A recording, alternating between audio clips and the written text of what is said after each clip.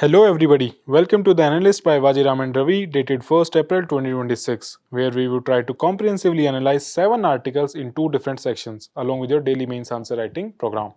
In the analysis part, we will first have a comprehensive discussion with respect to the recent warning by Indian Meteorological Department highlighting the above normal heat waves India is going to witness this summer.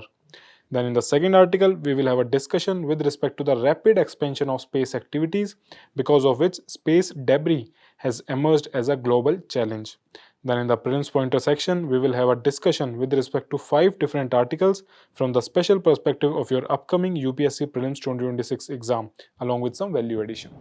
Now, coming to the very first topic of today's discussion, which talks about IMD's warning, which says that most part of India will experience above normal heat waves due to growing intensity of climate extremes in the upcoming summers.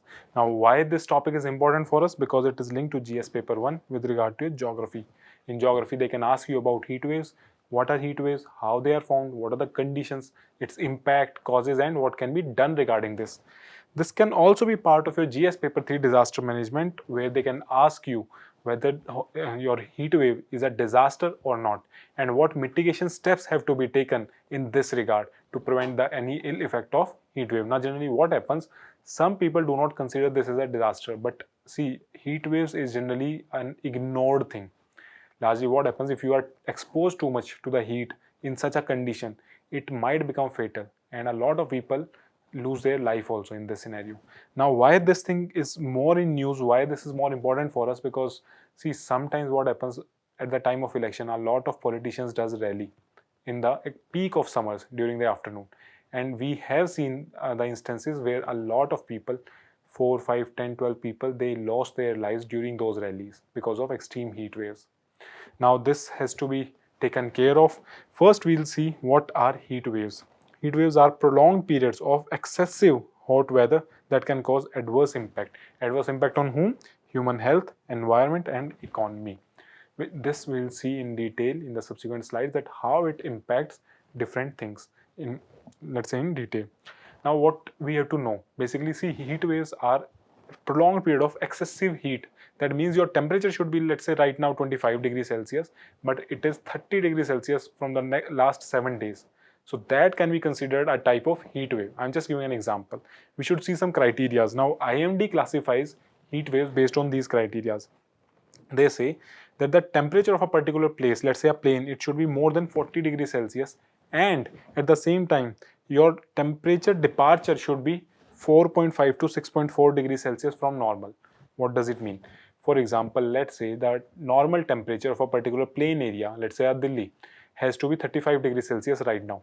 But if it is 41 degrees Celsius, diverging from the long-term average of 35 degrees Celsius, then it is a condition of heat wave, because both conditions are being met here. Your absolute temperature is becoming 41 degrees Celsius, which is above 40, and it is 6 degrees Celsius higher than the normal. The normal should be 35 degrees Celsius right now. So this is how two conditions have to be seen before classifying anything as heat wave. So for plain area, it is 40 degrees Celsius. For coastal area, it is more than 37 degrees Celsius, and for hills, it is more than 30 degrees Celsius.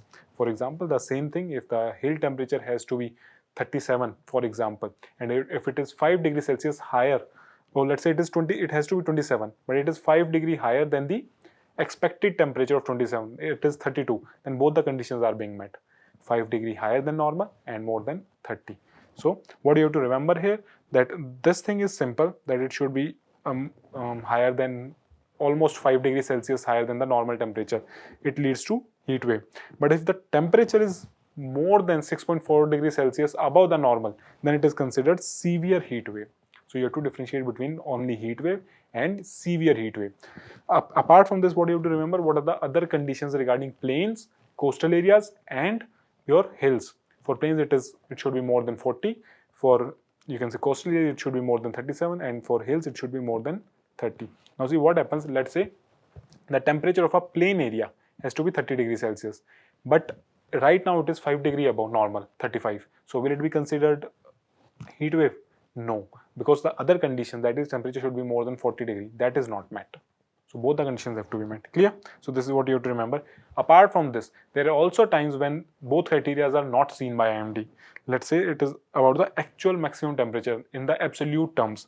In the absolute terms, if the temperature is more than 45 degrees Celsius, it is called a condition of heat wave, irrespective of other conditions. Because if you go above 45, it is extremely hot. Then the conditions of heat wave are there, irrespective of long-term average or not. And for coastal areas, it is above 40 degrees Celsius. Generally, coastal areas have maritime effect from sea. Cold air, cold sea breeze come which moderate that climate in the coastal area. So for coastal areas, the condition is 40 degrees Celsius. For normal other regions, the condition is 45 degrees Celsius. Now this is absolute and this is relative. Okay, in relative terms and absolute terms. Clear? So what is the right now magnitude and trend of heat waves in India? How it is impacting India? Now India has seen a sharp rise in heat waves in the last decade, especially your year of 2022 and 2023. They have recorded some of the longest and earliest heat wave. What do you mean by longest and earliest? Longest means that they are prolonged for a long period of time, and earliest means that they come before their actual time of arrival, where they should have come. So these heatwave events have increased 3 to 4 times. That's not percent, that's 3 to 4 times. That means 300 to 400% since the 1990s. This is synonymous to your climate change, human induced climate change. As more and more global warming will be there, the climate change will be there, more and more heat waves will be produced.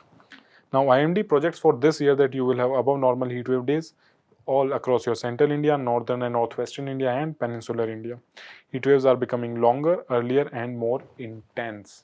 That means now, other than just being a heat wave, they are becoming severe heat waves. That means they are becoming intense. Clear? So this is what heat waves are. Now we will see some of the core regions which are affected by these heat waves. Now these are core heat wave regions. Broadly, this is your core heat wave zone. This is your core heat wave zone. Largely it stretches from Gujarat to West Bengal, and it experiences heat wave almost every year. From March to June, which is the peak summer season in India, we witness a lot of heat waves. Now they come along with westerly and northwesterly winds in the form of your Mediterranean winds. They blow a lot of winds in this direction. Clear? And how they form, they typically arise in northwest India. From there they extend towards east and south in both the directions. Clear? Because of prevailing western winds. And some of these heat waves, they also develop in situ, that means in the local place, because of localized heating, localized convective heating. Let's say in the arid and semi-arid region, because of high amount of insolation, the local heating can take place due to favorable conditions, as we have discussed. Now sometimes they also affect the region of Tamil Nadu and Kerala also. So it is not restricted to central and north India. It affects almost entire country. Just the severity changes from place to place. Fine. So now we'll see what are the different causes which lead to the formation of these heat waves. Now causes can be of two types, your natural and anthropogenic causes. Now natural causes are largely which are induced by the system, by the atmosphere, by the earth on its own. Now what are the natural reasons? Your high pressure system. High pressure lead to anticyclonic conditions which subside the air downwards, which do not allow the air to mix and move away. So basically they traps hot air at a particular place because air is not allowed to go up because of high pressure. At high pressure air descends down. Air is not allowed to move out. So it is not allowed to mix vertically. So it leads to no air circulation. Example, you have persistent heat dome over North India. Now look at this diagram. You have this kind of heat dome created over North India. Now what happens? Because of high pressure, a lot of wind is coming down like this. Okay, coming down. Now high pressure system forces air downwards. This force prevents air near the ground from rising. Normally what happens, if the air is warm near the ground, it will rise, it will take up water vapor in the form of evaporation along with it and create a cooling effect. But this cooling effect because of evaporation does not happen in this case because of high pressure system, because of a kind of dome system created. The sinking air acts like a cap. It traps warm air close to the ground. Okay, this type of dome creates.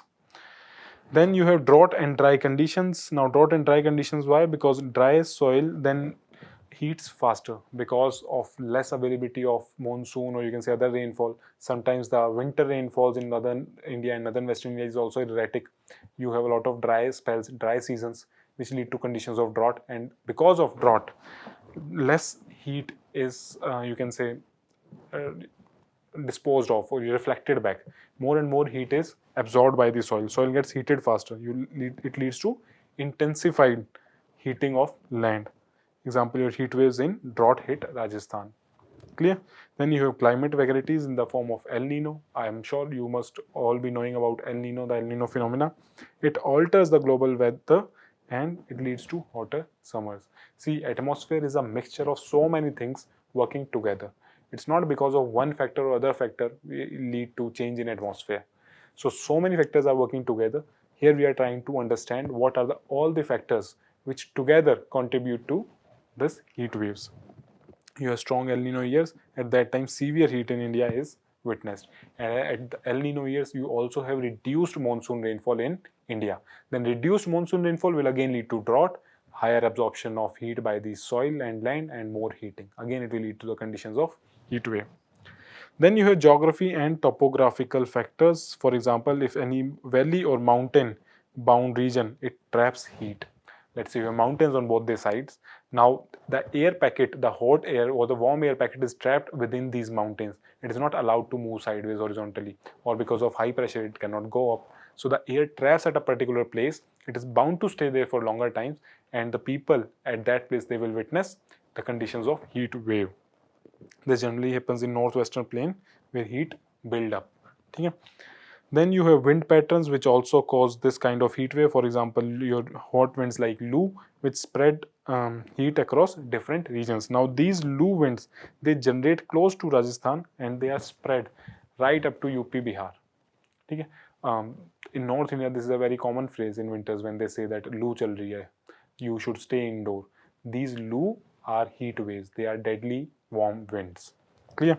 Now these are some of the natural factors which lead to the conditions of heat waves. Now we'll see some of the human induced factors, or you can say anthropogenic factors, which induce, or which you can say which increases the intensity of heat waves. For example, first is human induced global warming. Now global warming is also a natural phenomena which happens on its own.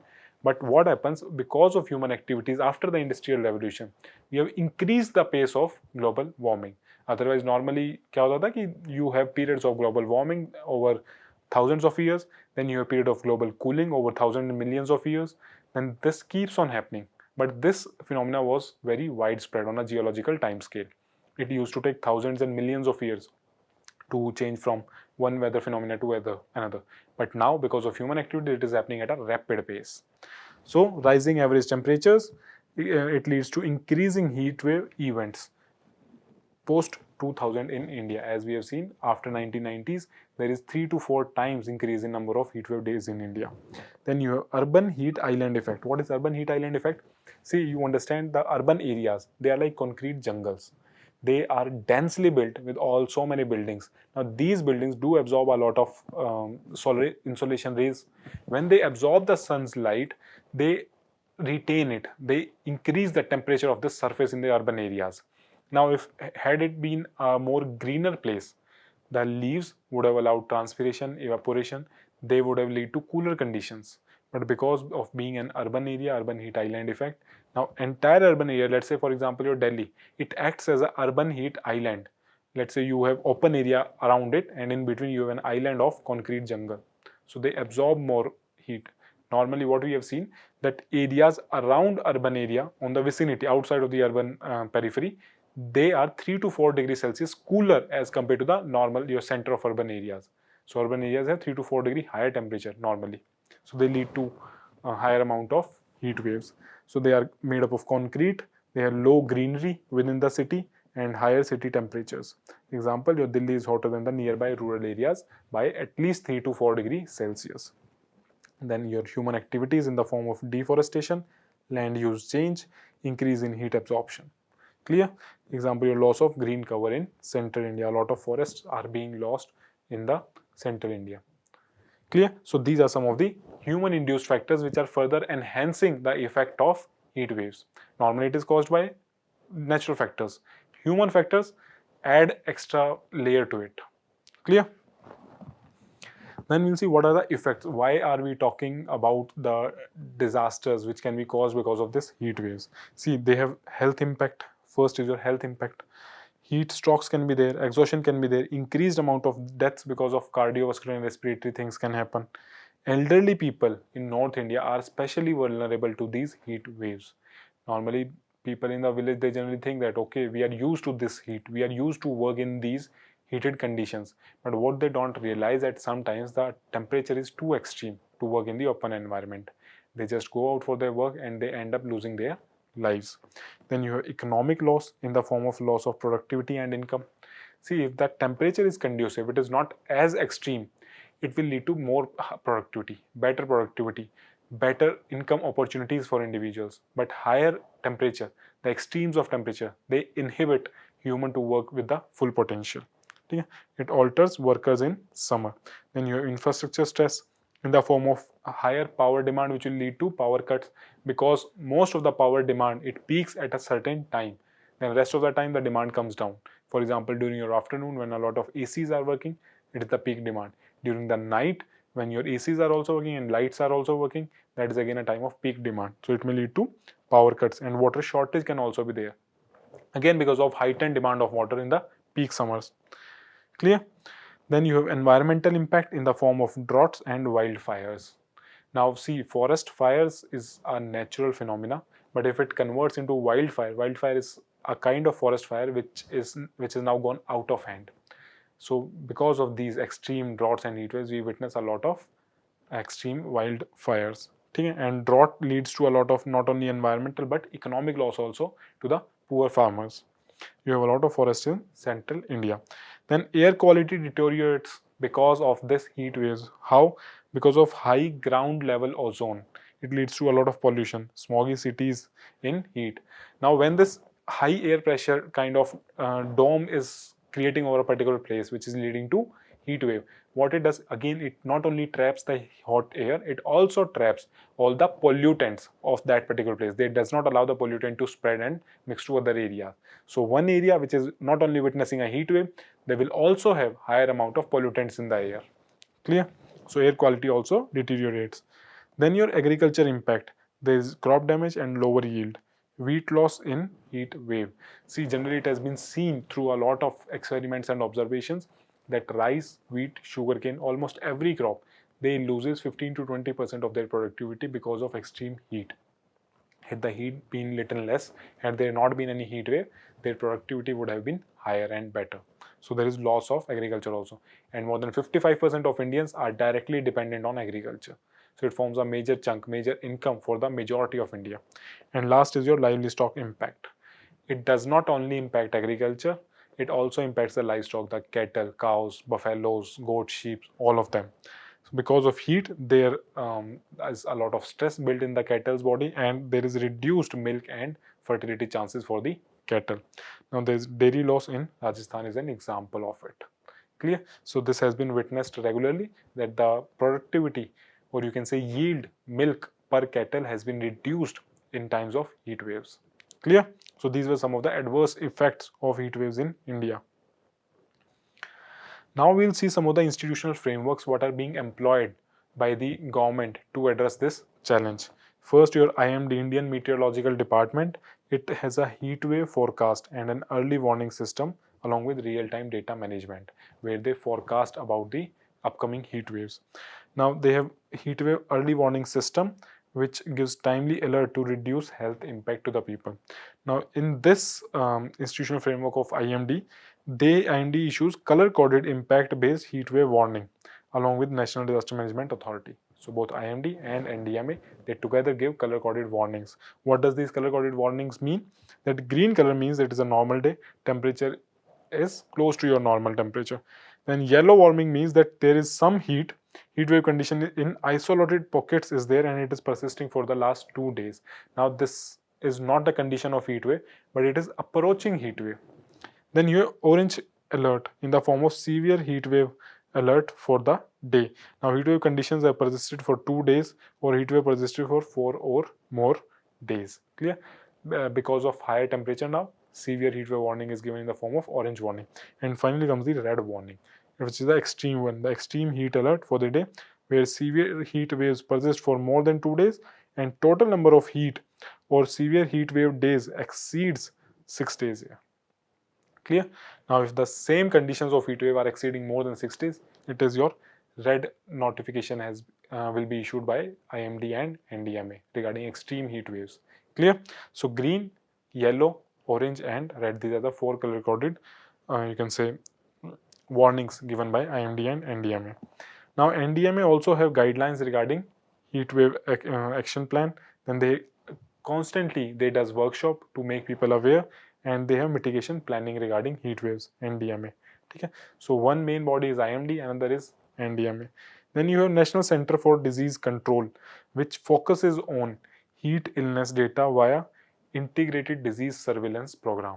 So within your health system also, you are running an integrated disease surveillance program where you keep an eye over the heat related illness, which keeps a track on the number that how many people are getting ill because of heat related issues.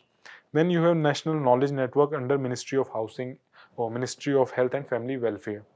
So they does research on heat stress and its impact over humans, environment and economic, all of them. Clear?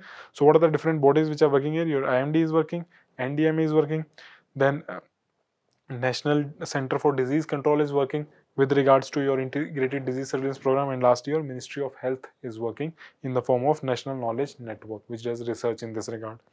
Now there are, apart from this, there is also a heat action plan.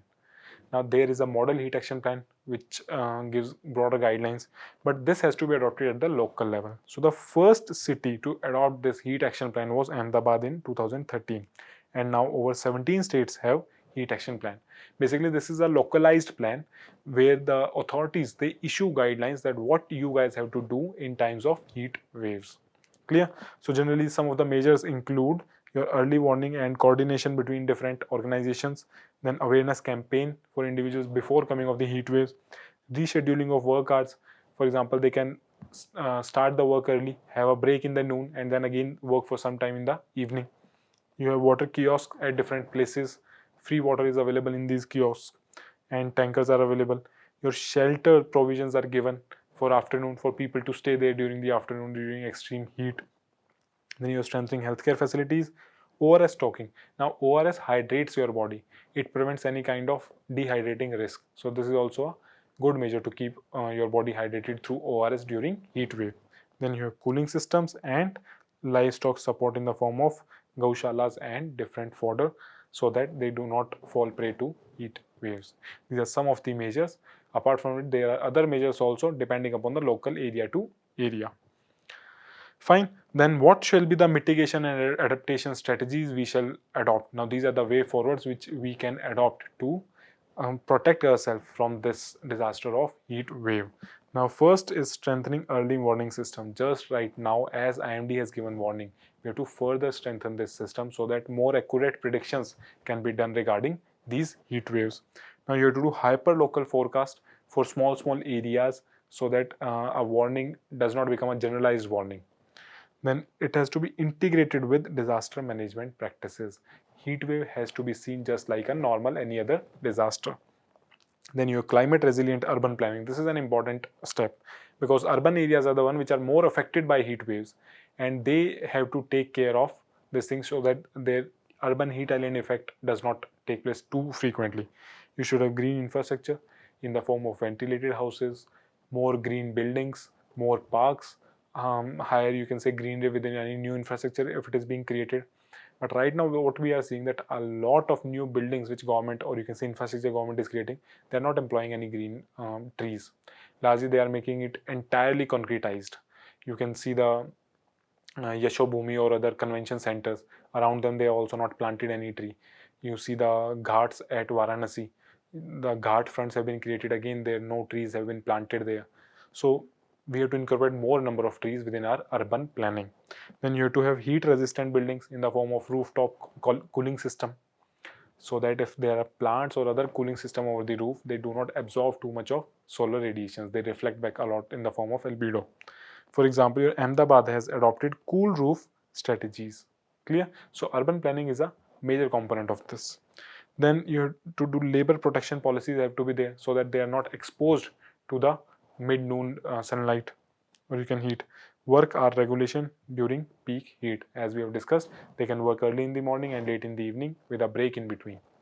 Then you can have public health preparedness in the form of cooling centers and emergency medical system. Now this emergency medical system will also employ your ORS distribution and these kind of things.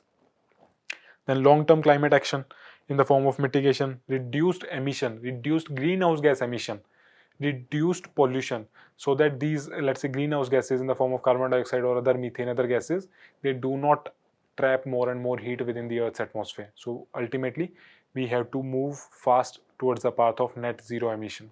Clear? And then adaptation by resilience building, by taking all these steps. What else we can do? Urban foresting in the form of, let's say, your Miyawaki method. See, Miyawaki is a method given by a Japanese person. He said basically you take a small patch of land in any urban area, and in that small patch of land you can plant a lot of small different varieties of local trees. It will ultimately end up having a small chunk of a local forest. That is your Miyawaki forest. Then you have to do regenerative agriculture. Now what do you mean by regenerative agriculture? It is different from your traditional agriculture in the form that it promotes diverse crop rather than monocropping. It reduces chemical use and promotes natural farming. It regulates climate and improves living conditions in the form that the agriculture becomes more resilient, it is less dependent on inputs, it is more localized, it is diverse. Clear? So all these factors will help in improving the conditions of heat wave. They will help us in mitigate and adapt to the conditions of heat wave. Fine. So now what you guys have to do, you have an answer to write where the question is, the heat waves in India are becoming more frequent and intense due to climate change. Examine their causes, impacts, and suggest measures for effective mitigation and adaptation. Make sure you address all the demand of the question, and then you are writing a proper answer. Clear? Now coming to the second topic of today's discussion, which talks about rapid expansion of space activities because of mega constellations in the form of Starlink by SpaceX. You have private players coming into the space sector. Now India has also opened its space sector for the private players. You have increasing satellite launches, which ultimately lead to space debris, which has emerged as a critical global concern for all of the people on the earth. Now, why this topic is important? This is part of GS paper 3, which talks about awareness in the field of IT, space, computer robotics, nanotech, and biotech. So within space technology, this is part of GS paper 3, science and tech. Fine. So what we need to know here, what is space debris at the first? See, space debris refer to non-functional human-made objects in the Earth orbit. Non-functional, that means there are satellites or any other thing which earlier we sent to the space for some use, but now it is of no use. So it is non-functional and human-made. This is space debris, and it does not include any natural object like meteoroids. Meteoroids are other kind of space-based objects which are naturally found, your asteroids, meteoroids, and any other thing. But specifically space debris, debris means CUDA. Space debris is something which has been created by humans into the space orbits. Now they may include defunct satellites which are no more in use, rocket bodies, for example, strap-ons around the rocket. Now they power the upliftment of rocket, but later on they are not required. Let's say a rocket is very large in size. Let's say this is a rocket, but the satellite within that rocket is very small, just like this size. So the rest, all of the parts of rocket, they are of no use. So they may end up becoming space debris. Then you have fragmentation of debris. Fragmentation means any part has been further reduced in size, or because of any action they have been broken down into pieces. So these fragments, when these small fragments, even when they are traveling at a very high orbital speed, they also becomes fatal for a large satellite. So even a coin shaped very small size object can be very fatal for the entire satellite. Then your collision and explosion fragments.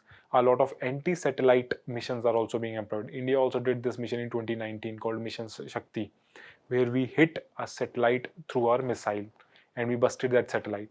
Now when the satellite gets busted because of this missile, a lot of fragments are spread into the space. Now why do countries do this anti-satellite test? Because a lot of your adversaries, lot of your enemy nations, they can have an eye over you through the satellites. They can have a surveillance satellite over you. They can have weapons stored into the satellites. The satellites can have nuclear weapons also. These type of technologies are available Clear? So your anti-satellite test, which India has also done, or collision in the form of collision between two different satellites, or a known and you can say defunct satellite and a working satellite, they may also collide and further create more and more fragments into the space. Now they are concentrated mainly in the low Earth orbit within the 2000 kilometers of Earth. Largely your low Earth orbits are around 700 kilometer, these satellites, but anyway, where between the atmosphere below 2000 kilometers, most of your debris is concentrated in this atmosphere. However, some debris is also there in geostationary orbit, which is 35,786 kilometers over the Earth. So these are different kind of orbits of space. Now, what is the current status of debris? How many debris are there? See, European Space Agency released a report which said that they are tracking more than 30,000 objects into the space. So this is what European Space Agency is tracking themselves. However, there are also reports that the debris of large size, more than 10 centimeter, more than 10 centimeters, roughly more than this size, you have around 34,000 objects of large size. Then around the debris of size from 1 to 10 centimeter, you have around 2 lakh 2 lakh such debris.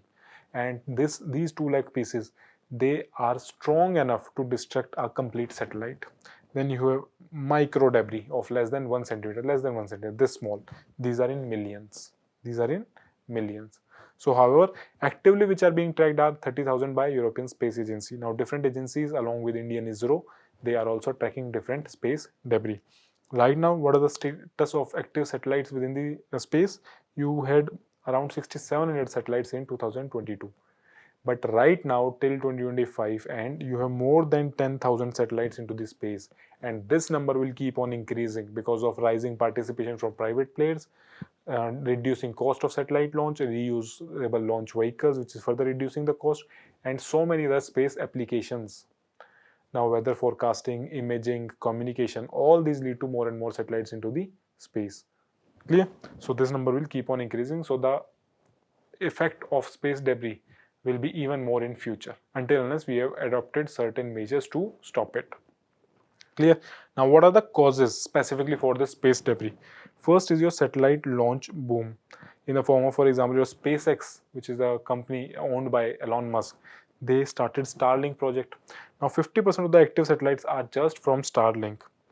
Clear? They are creating a kind of net over the entire globe where thousands of satellites will be placed into the space, which will provide internet connectivity in every nook and corner of the Earth. Although providing internet in the remote places is a good thing, but because of this, the space will be cluttered because with these satellites. Now, because of these so many satellites, a lot of astronomers have also expressed concern that they also hinders the observation of sky. Because of these satellites, the sky observation also hinders. Clear? So further, nearly 12,000 satellites are planned to be deployed in the near future.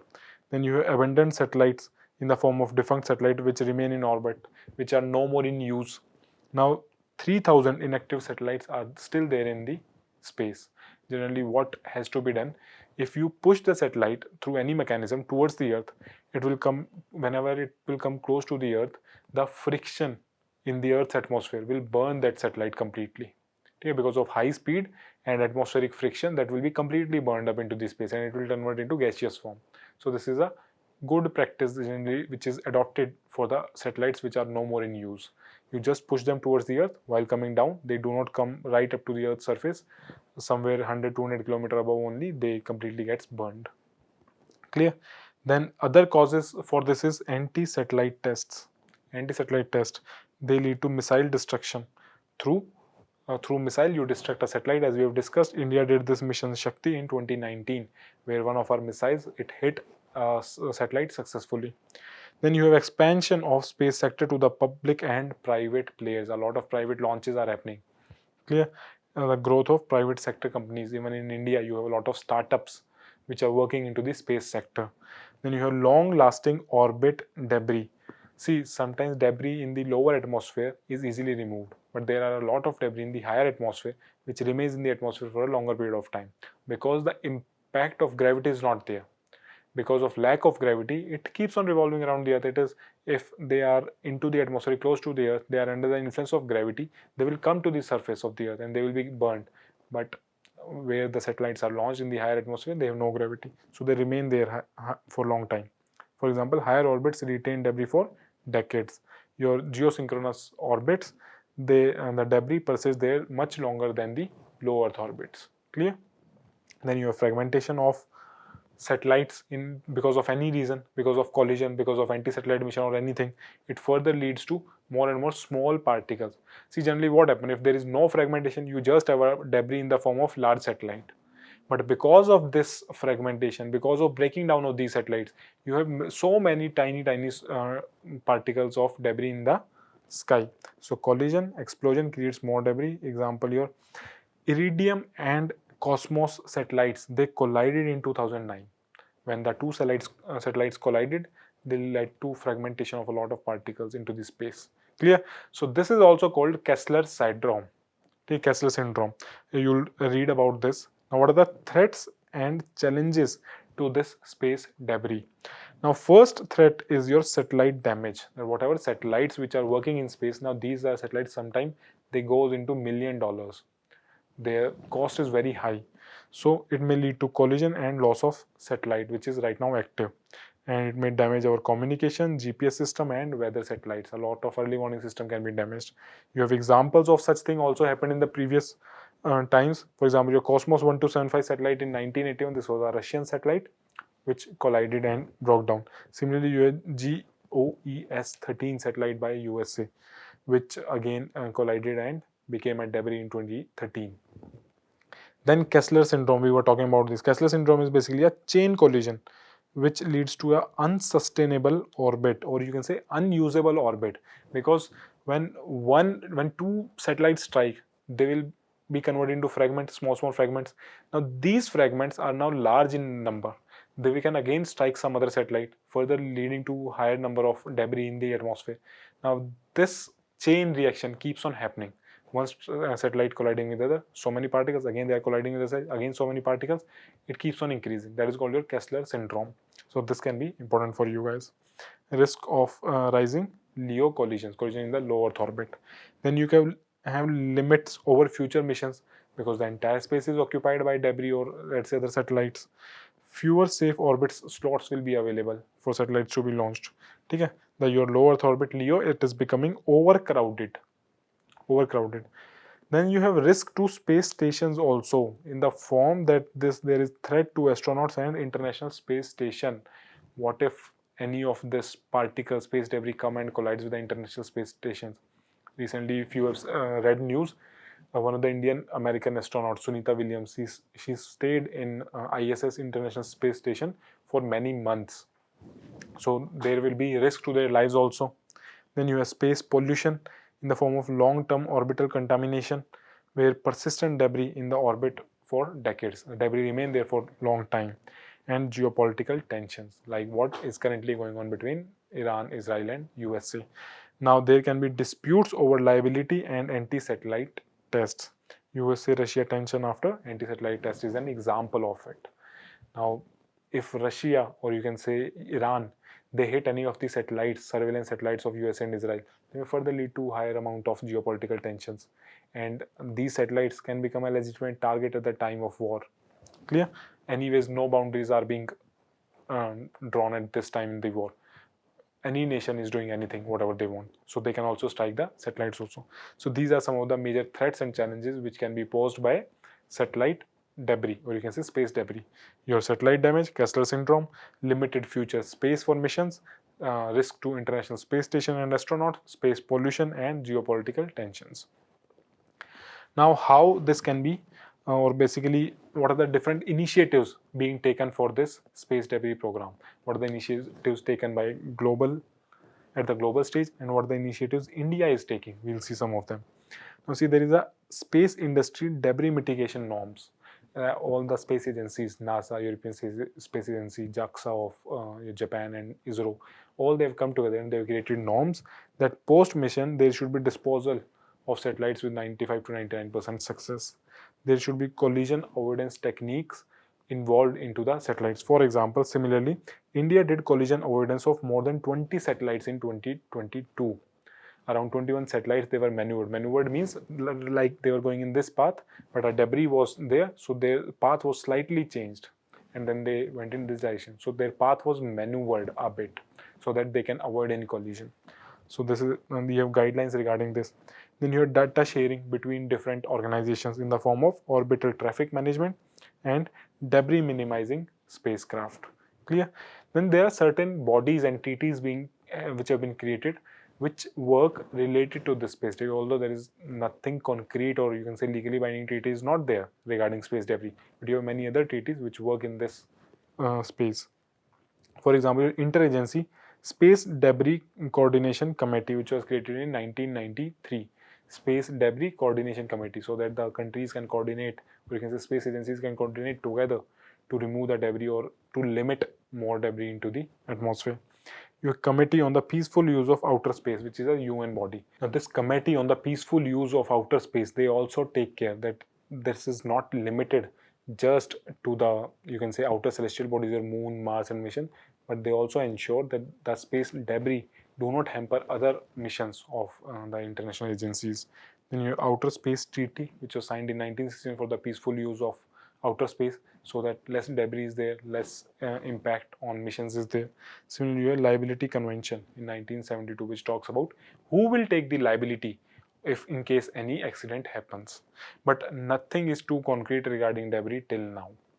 There are certain missions and programs also. For example, European Space Agency has a Clean Space Initiative which started in 2012.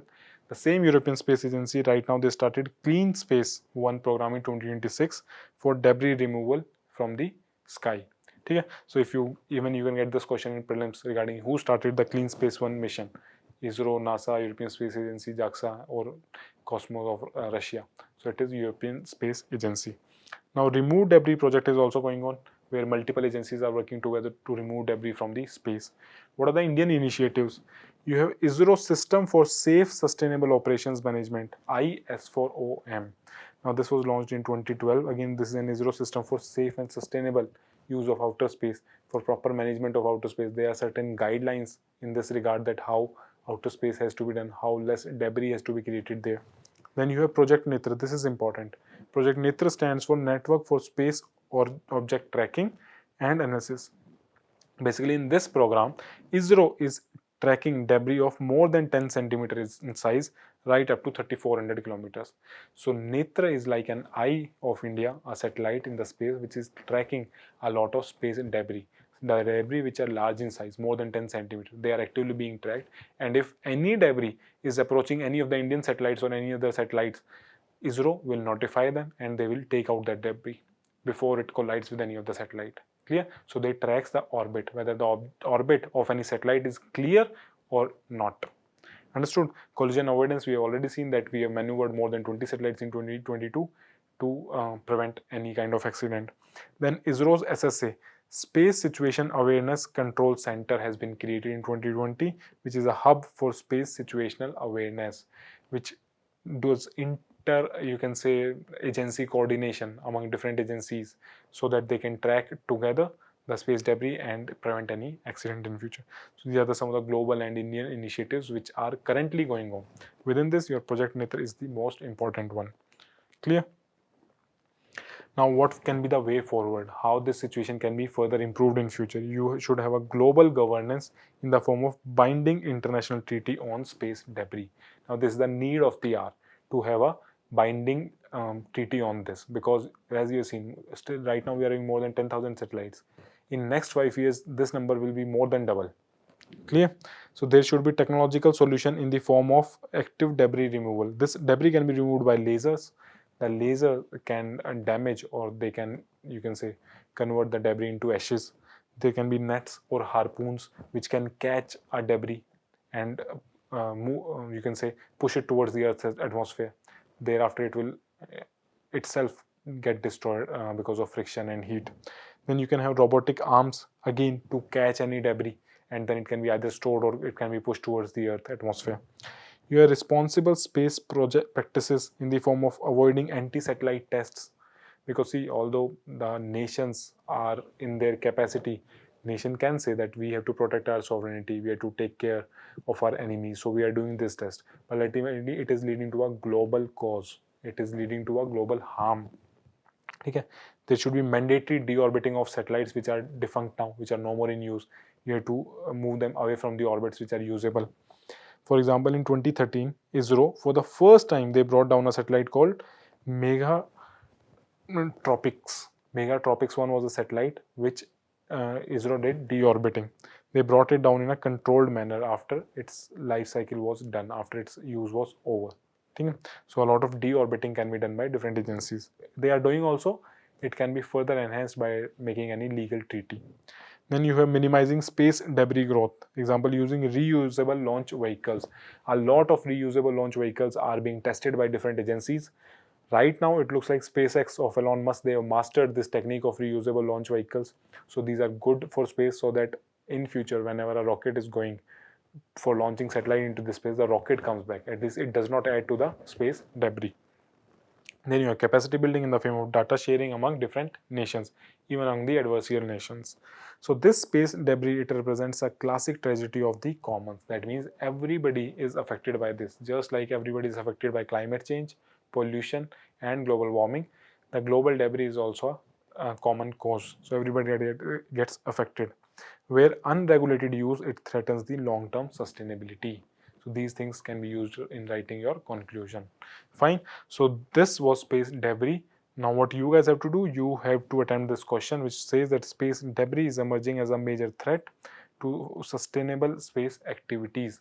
How it is becoming threat? In that sense, you have to discuss its causes, its impact, and the need for global governance. Clear?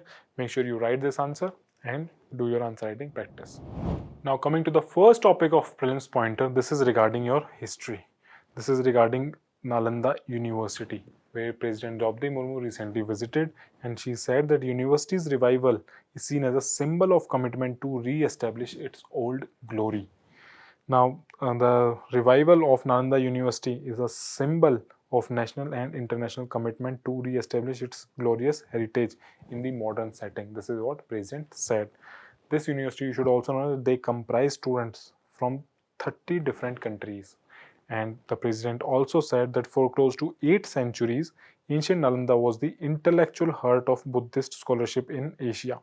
I am confident that Nalanda University can emerge as a leading global center for Buddhist studies in future also. So this is related to our history, Indian art and culture, and the education also of the ancient India.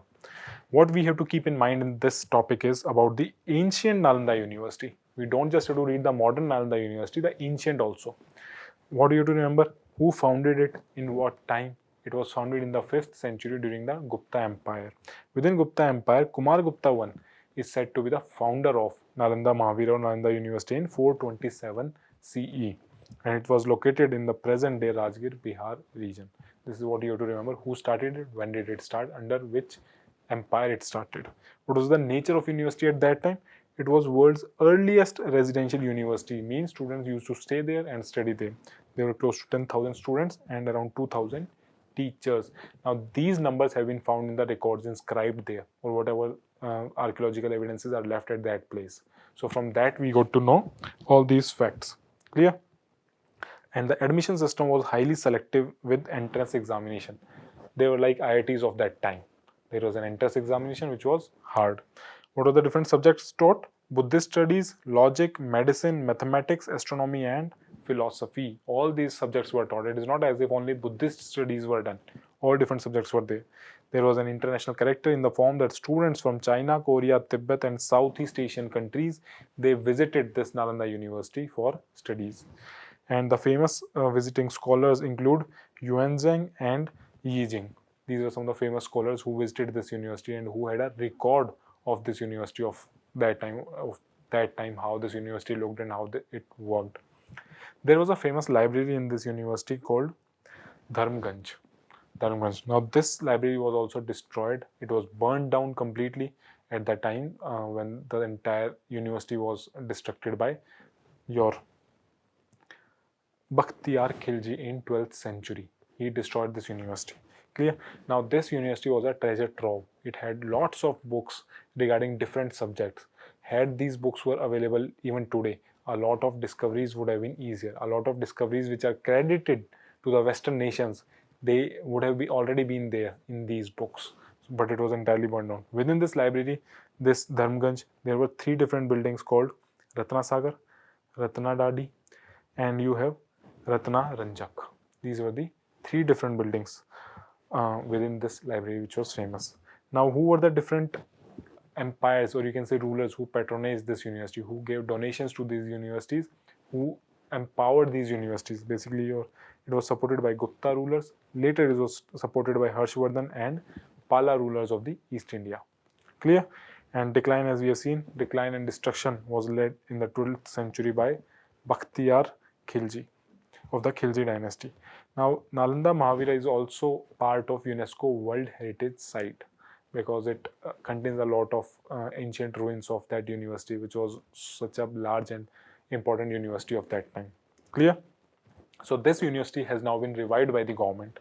The modern Nalanda University is again an international university located in Rajgir, Nalanda district of Bihar, the same place where the old university was located.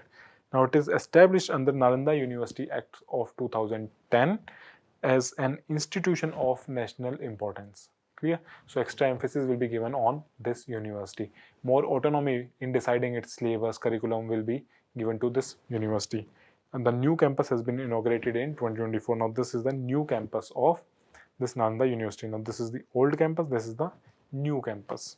Some kind of similarities have also been created with the old campus. Archaeological, or you can say architectural similarities.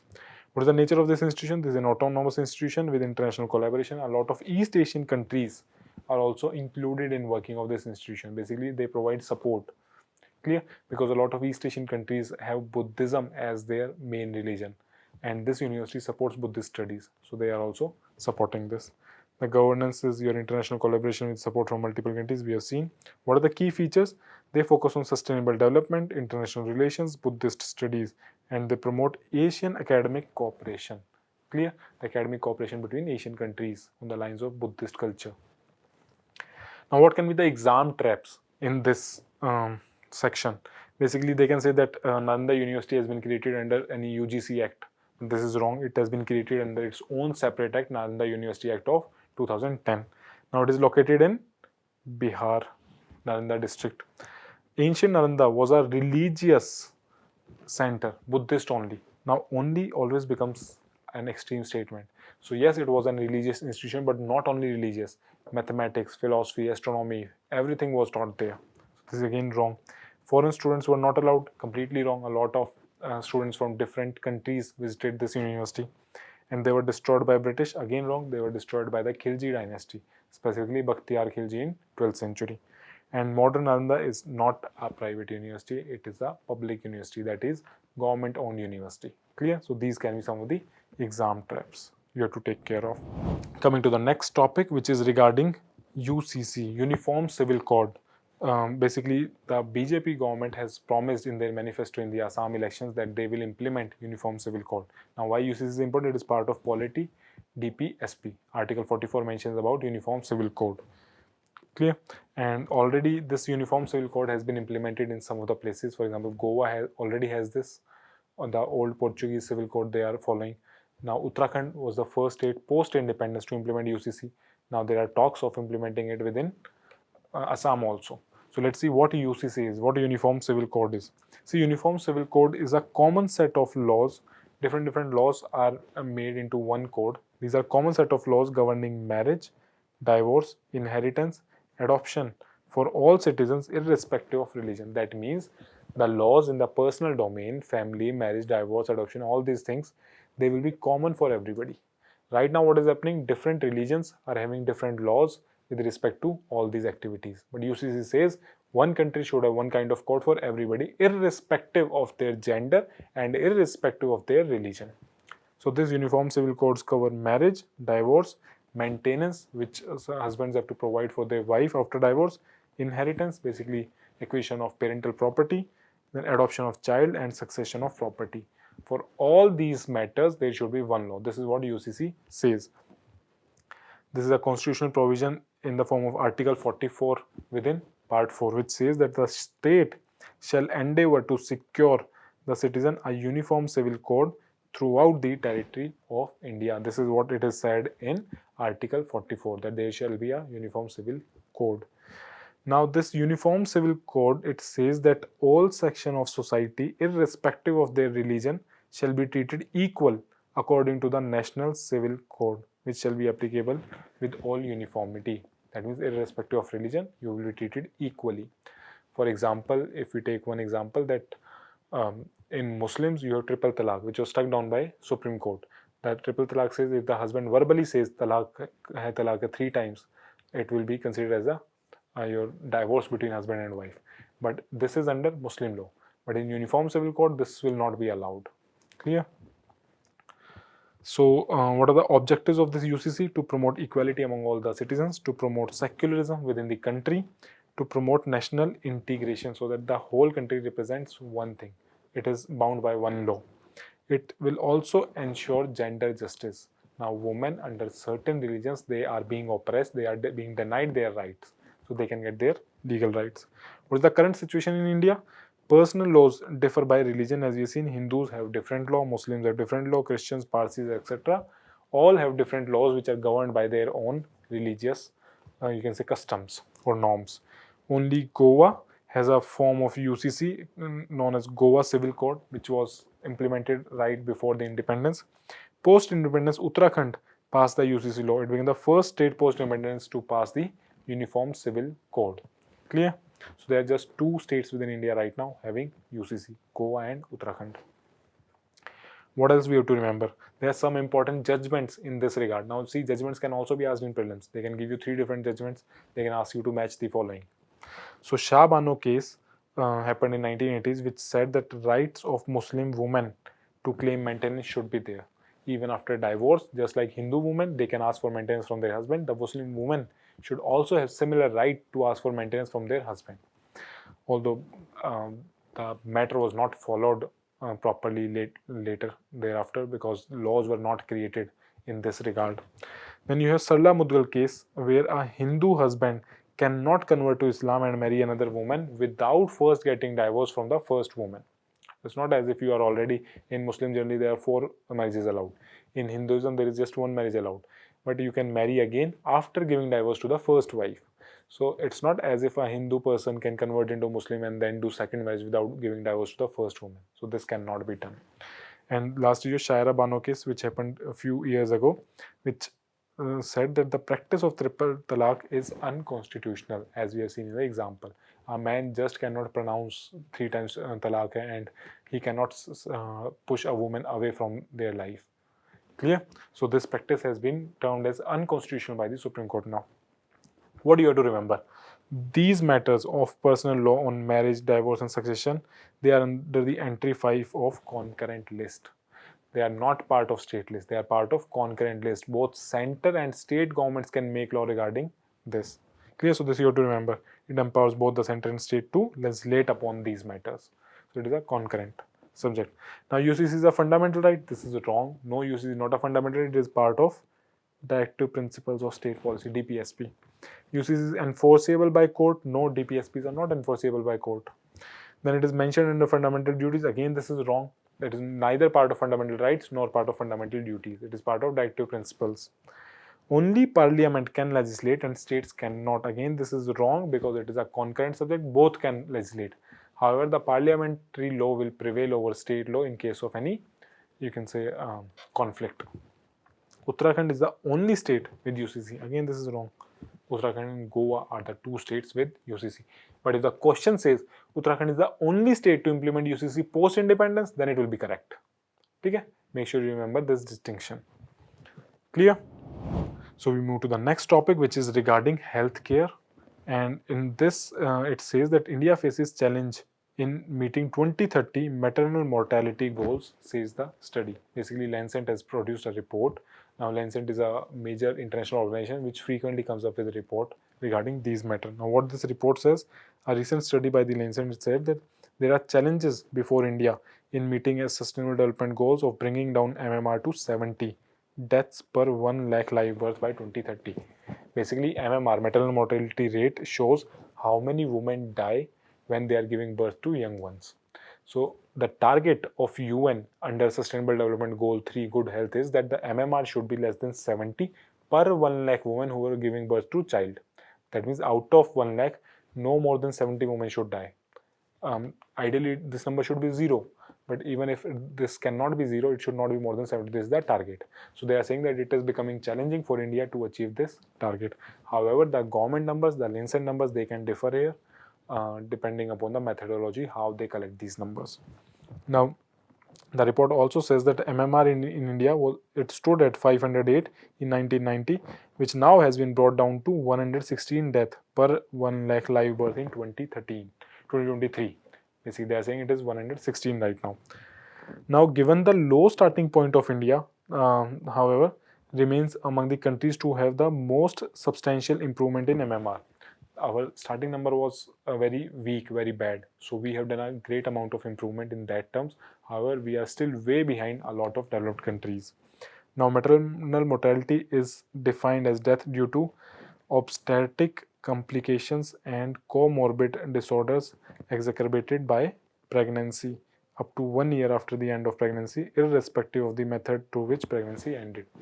However, the pregnancy by natural or C-section, whatever through method it has happened, if the death is happening within the 1 year period of pregnancy, it is part of maternal mortality. And according to the sample registration survey, which is done by Registrar General of India, it says that India's MMR has declined from 112 per 1 lakh live birth in 2015-17 to right now 88 in 2021-23 period. Clear? The great you can say reduction has been seen in terms of MMR of Assam, which came down from 215 to 110, and in UP it came down from 119 to 141. Now you don't have to remember these data for states, just remember the data for the central government. The government says it is 88, it is 88. Our target is to bring it below 70. But the Lancet report says that our data is right now 116. So there are some discrepancies in this form. What you have to remember here, there are multiple different maternity or you can say mortality indicators which we use to assess the health conditions of mother and child. First is your neonatal mortality rate. What is neonatal mortality rate? If there is death of infant within 28 days of birth, and it is calculated number of infant death upon 1000 live birth. Now maternal mortality was measured in terms of per 1 lakh live birth.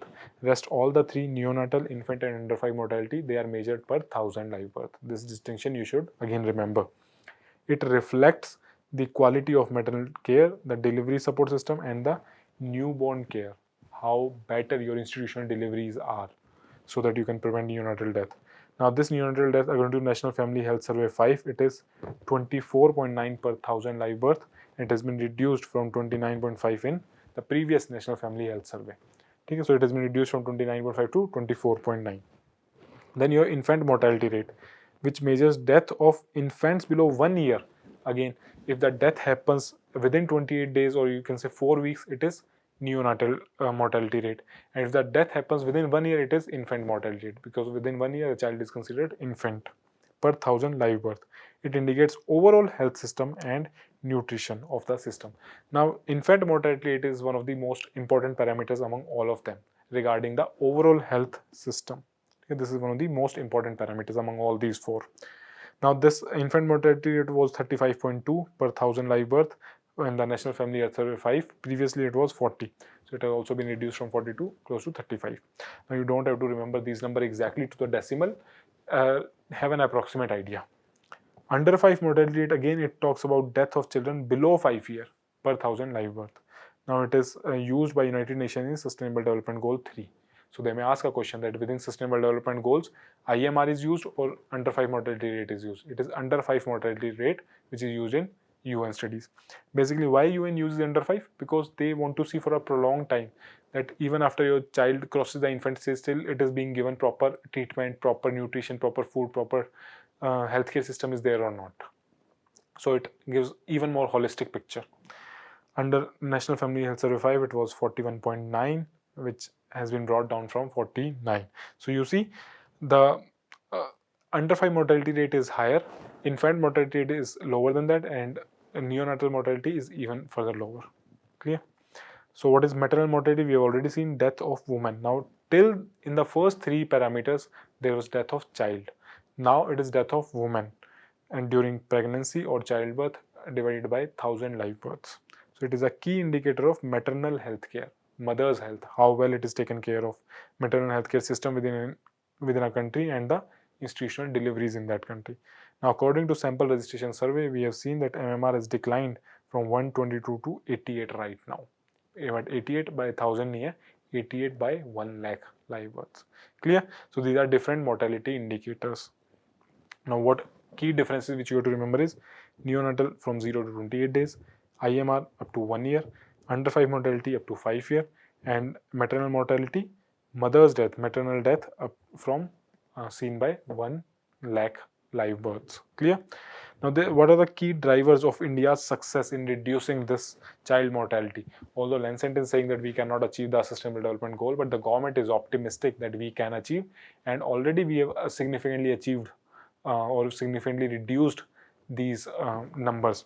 So these numbers have been reduced due to Poshan Abhiyan, which is also called your National Nutrition Mission, in which nutritious food is provided to a lot of population. Okay? A lot of health or nutritious health of child is taken care under the Poshan Abhiyan. Then you have Pradhan Mantri Matru Vandana Yojana, in which the pregnant or lactating mothers' healthcare is being taken care of. Then you have MA program, Mother's Absolute Affection program, which basically spreads awareness regarding breastfeeding. Okay, breastfeeding leads to better health of the child rather than you providing them food, or you can say milk, from any company. Then you have Janni Suraksha Yojana, in which the health of woman and child is taken care of. Then you have Universal Immunization Program under Mission Under Dhanush, in which a lot of immunization for child is taken care of. The government sees through different, let's say right now these are tracked through UWIN app of government, whether a child is having proper vaccination at different time intervals or not. Then you have expansion of special newborn care units across districts. Basically, special units have been created for newborn child to look after their health. And apart from this, a lot of efforts have been put in by ASHA workers and Anganwadi workers to improve the health of women and children in the local areas. Now, what can be the exam traps here regarding these indicators? Now, IMR indicates death up to 5 years. This is wrong. IMR is up to 1 year. Okay, it is under 5 mortality. Then neonatal mortality rate and IMR, they measure same age group. Again, this is wrong. MMR measures per 1000 live birth. Again, wrong. MMR measures per 1 lakh of live birth. Under 5 mortality, it excludes infant death. This is wrong. Under 5 includes IMR also, and child which died between 1 to 5 year age also. So it includes IMR also. Then you have NMR, neonatal mortality. It includes death after 1 month. This is wrong. They include death right up to 4 weeks, that is 28 days. Okay? This is an important table which you have to remember in this regard. Fine. So we move to the next topic of prelims pointer, which talks about index of industrial production. This is part of your economy section. Now what is IIP?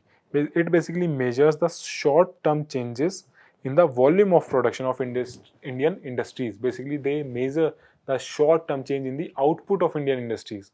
That how much they produced last year, in this month or this year, how much they are producing, what is the net increase in the output. It is basically a lead indicator of the GDP. That GDP data comes with a lag. This provides early estimates of how a country or an economy is doing. It is published by NSO, National Statistic Organization, under the Ministry of Statistics and Program Implementation. Okay. The base year right now is 2011-12, which has been quite old now, but the government is they have set the proposal for new base year, not only for GDP but for IIP also, which will be 2022-23. For GDP it has already been implemented. For IIP it will be implemented from May of 2026. So make sure you are reading the newspaper, whatever latest developments will be happening regarding IIP. If close to exam, before your exam, if this base year is changed, then you learn accordingly. But right now the current base year is 2011-12, so it will be changed this year to 2022-23. This data is covered every month around 12th date of next month the data comes. So it gives a lead indication. Quickly we get indication of every month before we get a quarterly GDP update. GDP data comes lastly or every quarter. Now what are the sectors covered? Now manufacturing is the first sector which is covered, which is also having the highest weightage of 77%. Basically 809 items within manufacturing are covered under this IIP. Second sector which is covered is your mining, which has the second highest weightage of 14.37%. It covers 29 items. And third is your electricity, which covers roughly 8%, and only electricity is part of it. So three sectors are covered in IIP: manufacturing, mining, and electricity, in this order. Okay, you have to remember this order also. They can ask you regarding this order. Then what is the purpose of IIP? It is an indicator of industrial growth, how much growth is happening in the volume terms in our economy. It is used for policy decisions and economic analysis by RBI, by government, by Ministry of Revenue, or you can say Ministry of Finance. Okay. The weighing system within this IIP, it is based upon gross value added of every sector. That means what new value is being added in that sector, what new production is happening, whatever value addition is happening in that sector. Now some of the other key features are that this is a high frequency indicator which gives early signal of economic activity, what is going to happen. So we don't have to just wait for the 3 months to get the GDP data. Before that also economists can get an idea in which direction the economy is moving. There are some limitations also. However, what are the limitations of this IIP?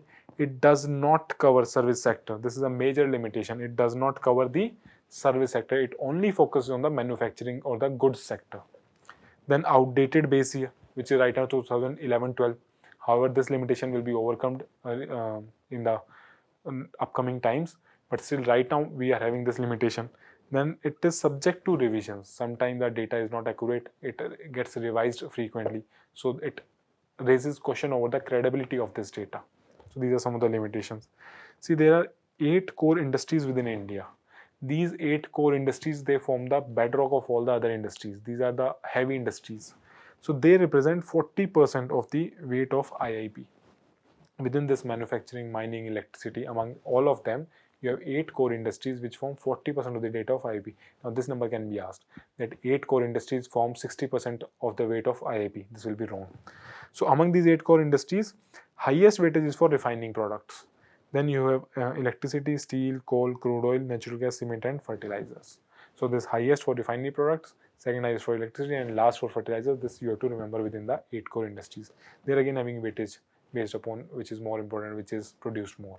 Clear? So this you have to remember. What can be the exam trap here? That this data is published by RBI. This is wrong. This is published by NSO under Ministry of Statistics and Program Implementation. Clear? It measures entire GDP. Again, this is wrong. This is a lead indicator. This measures the net output, the more gross value added within every sector. It includes services. Wrong. The base year is 2021-22. Again, this is wrong. Right now it is 2011-12. It is released annually. Again wrong. Released monthly. Okay. And manufacturing has the lowest weight. Again, this is wrong. Manufacturing has the highest weight. And how much? Close to 77% weightage. These are some of the pointers which you have to keep in mind for your prelims exam. Coming to the last topic of today's discussion in the prelims pointer, it is regarding DGCA, Directorate General of Civil Aviation. Basically, after the Indigo fiasco, the Indigo matter happened in December last year, where a lot of booking were done by Indigo without taking care in their mind that the new policies regarding the rest of pilots was there. So they had to hire more pilots to sustain those new flights, but they didn't hire those pilots thinking that government will give them exemption in the older norms, but the government didn't give exemption. They did not hire new pilots, and it led to a chaos where a lot of flights were cancelled, a lot of people were stranded at the airport. So after this, the appointments committee of the cabinet, they said that the Faiz Kidwai, who was the Director General of DGCA, will be shifted to the Department of Personnel and Training. So DGCA, Director General of DGCA, has been removed by the government. Basically, they said that this comes amid the scrutiny of regulators' oversight, DGCA's oversight, with questions raised over how DGCA allowed Indigo to expand winter flight schedule without adequately assessing pilot availability in the company. So without the DGCA also has the responsibility to take care of all these things. So you have not maintained an oversight over Indigo, how they can do this thing. So this This is important because it is a regulatory body. Now what do you have to remember? DGCA is a primary regulatory body under the Ministry of Civil Aviation. So it functions under Ministry of Civil Aviation. It is responsible for overseeing aviation safety and air regulations. Now it is headquartered in New Delhi, but it also has a lot of regional centers. Clear? DGCA is headquartered in New Delhi. Now it functions as a statutory body under Bharatiya Vayuyan Adhiniyam 2024. Earlier this was an executive body. Later on there was some amendments into the there were some new acts which were brought in 2020 which again increased the power of DGCA, and further on by this Bharatiya Vayuyan Adhiniyam 2024, this body DGCA was made a statutory body. It replaced the old Aircraft Act of 1934. Earlier this act was empowering the DGCA, although DGCA was a executive body at that time. Now it has been created as statutory body. What is the main function of DGCA? They regulate civil aviation safety. They make sure that the flights which are taking off and landing, they are safe. Basically it does not mean that they will operate as a pilot, but they will make guidelines which companies have to follow so that safe operations are there. They grant licenses to the pilots, engineers and airlines. All the licenses to pilots, airlines and your engineers, they are given by DGCA. They ensure airworthiness of aircraft, whether aircraft is of good quality, whether the standards have been maintained, whether regular checkup or you can say service of that aircraft is happening or not. They take care of these things also. Basically they provide guidelines and the companies have to follow them. They investigate aviation incidents also, whatever small accidents happen, any other incident happen, they check them, any technical and regulatory aspects, whether there is lapse or not. This is taken care by DGCA. And they implements ICOA standards. Basically this is an international organization which looks after civil aviation standards, and the DGCA is the Indian arm of this ICOA. Clear? They ensure safe and efficient air transport for the Indians. Now when the tragedy happened in Ahmedabad where the Air India plane it fell down, again it raised eyebrows over DGCA's working, whether you were not exactly aware of what's happening in a company or in a aircraft. What are the international linkages of this? It works in line with the International Civil Aviation Organization, which we have already seen. Now what distinctions you have to remember here is that DGCA is not equal to airport operator. Airports are operated by Airport Authority of India.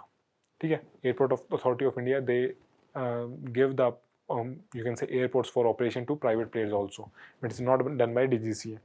DGCA is not equal to accident investigation body. Specifically for investigating the accidents, you have your Aircraft Accident Investigation Bureau as the investigating agency for accidents. So DGCA is not the primary agency for investigating into accidents. However, they may look or they may provide guidelines for investigation and small incidents. Clear? Now what kind of prelims pointer you have to remember is it is not an executive body, it is a statutory body. Earlier it was executive body, now it is a statutory body. It works under Ministry of Home Affairs. It is wrong. It works under the Ministry of Civil Aviation. Clear? Then it operates airports. Wrong. Airports are operated by Airport Authority of India. Then it investigates all air accidents. This is again wrong. There we have a separate body to investigate crimes, or you can say not only crimes, the accidents. It grants license only to airlines and not to pilots. Again, this is wrong. It grants license to both airlines, pilots and engineers also. Clear? So these were some of the prelims pointers regarding DGCA which you have to keep in mind. With this, we come to end of today's analyst. Make sure you guys are writing answer and revise these prelims pointers for your upcoming exam. I'll see you in the next test discussion. Thank you.